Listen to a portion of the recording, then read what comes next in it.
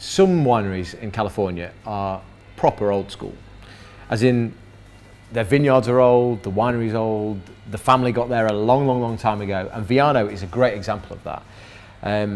The original vineyards date back to the 1880s, and the Viano family got there in the early 20th century, and despite prohibition and all the problems that threw up, they're still making wine, and some of the vines even date back to that very original period back at the late 19th century.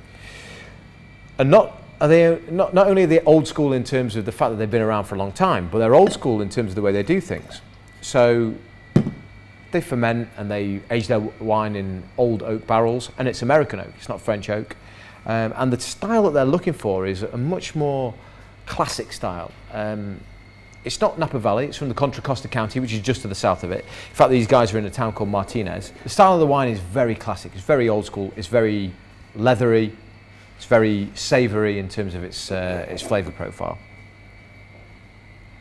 But on the nose, you still get lots of fruit. I mean, this is a wine which, of all the Californian Cabernets that we sell, it kind of has a real claret type of a vibe about it. I mean, it's Californian, but it's old school, and it's got that savoury note to it. So the fruit is lovely and vibrant, but there's a real earthy tone to it. There's a real sort of earthy sort of developed note to it, which is really, really interesting, and it combines beautifully.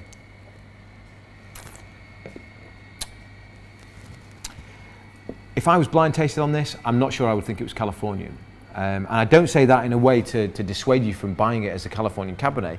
I say that almost as a compliment in the sense that it almost has an old world vibe about it. It's very, very complex, it's very, very deep and very, very layered in terms of its flavours.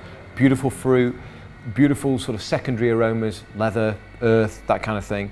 And it still feels like it's got so much room left to develop.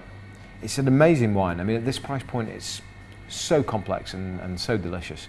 And if I was cooking lamb shank this weekend, if I was cooking four rib of beef, if I was cooking anything that had a bit of blood in it, this is exactly the wine that I'd want to drink with it.